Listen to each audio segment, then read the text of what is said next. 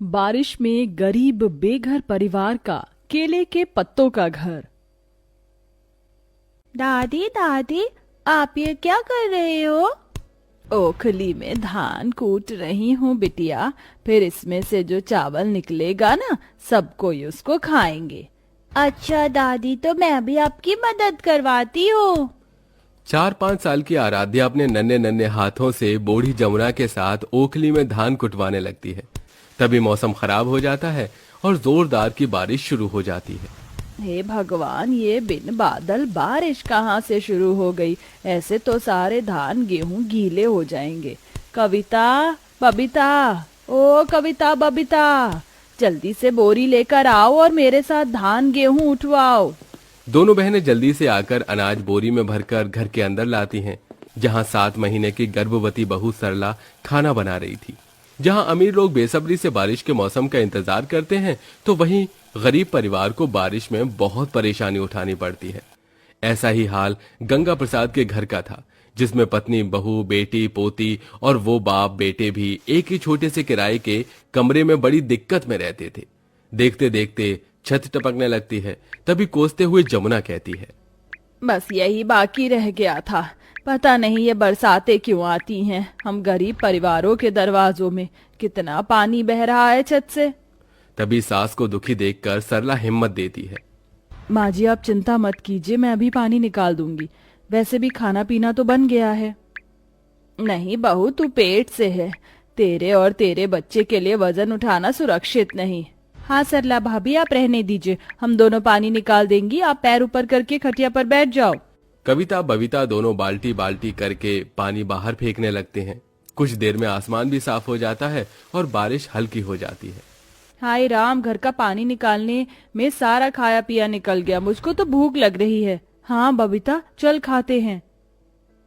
हाँ हाँ, जाओ जाओ, चल लो दोनों। फिर मैंने तुम दोनों का झाड़ू से लक्षण नहीं उतारा तो देखना। माँ, तुम गुस्सा क्यों कर रही हो? अब हमने क्या किया? आज वीरवार है, तुम दोनों को इतना भी याद नहीं कि मैं तुमसे व्रत करवाती हूँ। तुम्हारे पिताजी को केले के पत्ते लाने भेजा है। जल्दी से नहा धोकर पीला सूट पहन लो। माँ, पीला सूट क्यों पहनना है? आप बोलो तो हम केले के पत्ते पहन लेते हैं।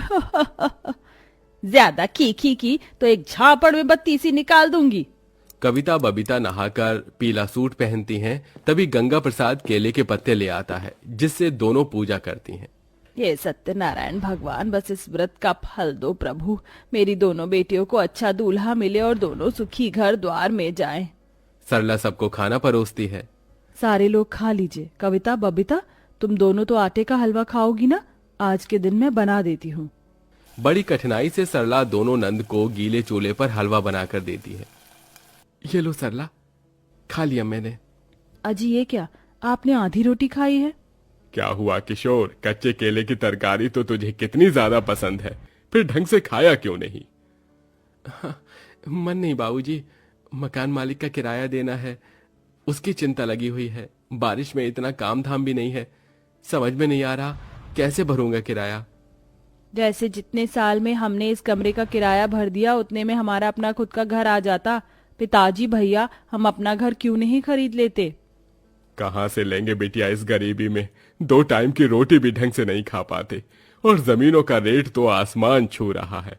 1 गज जमीन भी लाखों की बिक रही है, हमारे बस में तो नहीं है लेना बेटा। यूं ही दिन बीतते हैं। बरसात का मौसम गरीब ससुराल वालों को बहुत सताता है। रात भर टपकती छत में वो सो नहीं पाते, तो वहीं किशोर काम की तलाश में रोज जाता और धक्के खाकर वापस आ जाता। क्या हुआ जी, आज कुछ कमाया आपने? नहीं सरला, आज भी बात नहीं बनी कहीं। तो क्या हम सबको आज भी भूखा सोना पड़ेगा? मुझको भूख लगी है। आराध्या को खाने की खातिर तरसता देखकर सरला और उसके गरीब ससुराल वालों की आंखों के आंसू नहीं सूखते। तभी मकान मालिक उन्हें बेघर करने आ जाता है। अरे किशोर, ओ किशोर, चल भाई ला दे मेरा किराया। बहुत दिन हो गए तेरा दुखड़ा सुन सुनकर। अभी पैसों का इंतजाम नहीं हुआ सेठ जी, थोड़ी और मोहलत दे दो। अरे बिल्कुल नहीं, अब 1 दिन नहीं दूंगा। या तो 5,000 किराया निकाल या फिर घर खाली कर। 5,000 किस बात के? मैंने 1,000 रुपए किराया बढ़ा लिया है। मगर ये घर 5,000 के लायक नहीं। ना कोई बर्तन धोने की सुविधा है, ना किचन है, और छत भी कच्ची है। हर साल घर में पानी भर जाता है। ऐसा थोड़ी ना होता है 5,000 वाले किराए का घर, मकान मालिक जी। अरे ओ सरला, मेरे साथ ज्यादा किचकिच मत कर, घर खाली करो मेरा अभी के अभी। निर्दयी मकान मालिक सबको घर से निकाल देता है।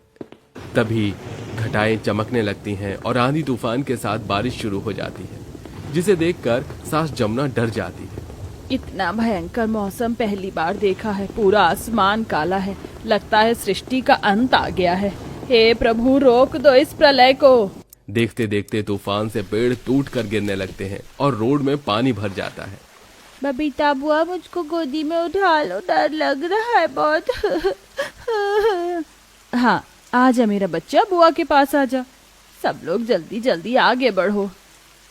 नहीं, सब लोग रुक जाइए। यहीं देखिए, पानी के चलते आगे का रास्ता भी दिखाई नहीं दे रहा, और घर तो किसी भी कीमत पर हमको बनाना ही होगा।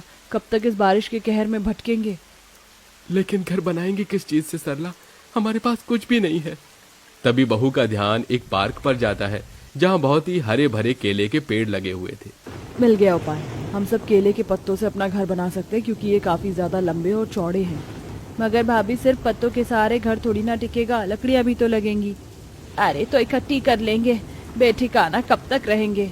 माँ जी, ननद जी, आप तीनों लकड़ी इकट्ठा कीजिए, और किशोर जी आप थोड़ा मिट्टी का इंतजाम कीजिए, जिस पर केले के पत्ते आसानी से चिपक जाएंगे। सब कोई अपनी अपनी हिस्सेदारी निभाते हुए बारिश में भीगते हुए लकड़ी चुन कर लाते हैं। तो कोई मिट्टी इकट्ठा करता है, वहीं बहू प्रेग्नेंट अवस्था में केले के पत्ते तोड़ लाती है। अब बारी घर बनाने की थी। सब उम्मीदों से केले के पत्तों का घर बनाते हैं। कई बार तो भारी बारिश के चलते उनका पत्तों का घर टूट भी जाता है। अरे नहीं, ये पत्तों का घर तो बारिश में रुक नहीं रहा। भाभी, सारी मेहनत जाया हो गई। कोशिश करने वालों की हार नहीं होती। कविता, चलिए सब लोग मेरी मदद कीजिए। लगातार की कोशिशों के बाद गरीब ससुराल वालों का केले के पत्तों का घर बन जाता है, जिसे देखकर आराध्या खुश होते हुए कहती है, अरे वाह, ये बनाना ट्री वाला घर कितना अच्छा है। अब हमको बरसातों में नहीं रहना पड़ेगा। सब कोई घर के अंदर आ जाता है। तभी जमुना कहती है, अरे बहू, तेरी साड़ी कितनी गीली हो गई, इसमें से तो पानी टपक रहा है। ऐसे तो तुझे और तेरे होने वाले बच्चे को निमोनिया ना हो जाए। कुछ नहीं होगा, मैं सुखा लूंगी।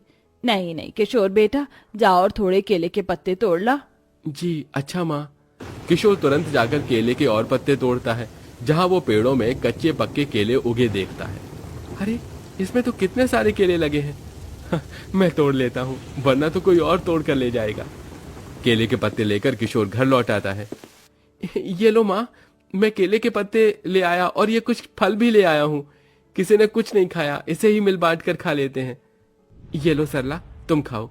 अभी खाने की जरूरत तुमको सबसे ज्यादा है, तुम प्रेग्नेंट हो। मेरा मीठा खाने का मन नहीं है। ये पके केले आप लोग खा लीजिए, बाकी इन कच्चे केले का पकौड़ी बनाती हूँ। वैसे भी जब ये बारिश का मौसम हमें दुख तकलीफ और गम देने में कोई कमी नहीं करता, तो हम खुश होने में, खाने पीने में क्यों करें। बहू रोड में से ईंट उठा लाती है और चूल्हा बनाकर सबके लिए केले के पकौड़े बनाती है। तो वहीं जमुना केले के पत्तों की सुंदर सी साड़ी सिलती है। ये ले बहू, तेरी गरीब सास की इतनी हैसियत तो नहीं कि तुझको लाखों की साड़ी दिला पाती। ये पत्तों की साड़ी सावन का उपहार समझकर रख ले। सास का प्यार देखकर बहू की आंखों में आंसू आ जाते हैं। वो दिल की गहराइयों से धन्यवाद देती है। बहुत बहुत धन्यवाद माँ जी, ये उपहार मेरे लिए सबसे कीमती है। अच्छा, आइए सब लोग पकौड़े खाइए। अरे वाह भाभी, मुझे तो पता ही नहीं था केले के पकौड़े इतने टेस्टी बनते हैं। मजा आ गया, अब जाकर पेट में घुस गया। भाभी, एक पकौड़ा और दीजिए ना, बहुत अच्छे लगे मुझे। हाँ हाँ, ये लो कविता, खाओ।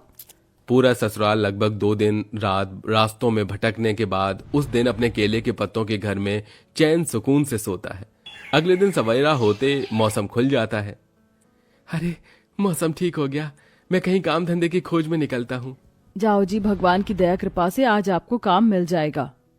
तभी बुजुर्ग उम्र में ससुर भी काम पर जाने के लिए तैयार हो जाते हैं। अरे रुको बेटा, मैं भी तेरे साथ चलता हूँ। दिन भर घर में बैठे बैठे क्या करूँगा, तेरे साथ जाऊंगा तो 2 पैसे कमा कर ले आऊंगा। अरे बाबूजी, मैं हूं ना घर संभालने को, आप यहीं रहिए। तभी छलकते आंसू से गंगा प्रसाद ने कहा, बुरा वक्त बताकर थोड़े ना आता है बेटा, 2 पैसे जमा रहेंगे तो काम ही आएंगे। उसकी बातों में गरीबी की सच्चाई थी। दोनों काम की तलाश में निकल जाते हैं, जहां उन्हें एक कारखाने के निर्माण में मजदूरी का काम मिल जाता है। देखो, काम तो दे दूंगा मगर दिहाड़ी 300 है। अरे कोई दिक्कत नहीं है सरकार, इतना ही दे देना। अच्छा तो काम पर लग जाओ। दोनों सुबह से शाम तक ईंट बनाते और पहुंचाते हैं और शाम को कमाई लेके घर आते हैं, जिसे पूरा परिवार भर पेट और अच्छा खाना खाते हैं। पूरा गरीब ससुराल केले के पत्ते घर में खुशी खुशी जिंदगी गुजारने लगते हैं। तो वहीं बरसातों का मौसम भी अगले कुछ महीने की खातिर टल जाता है।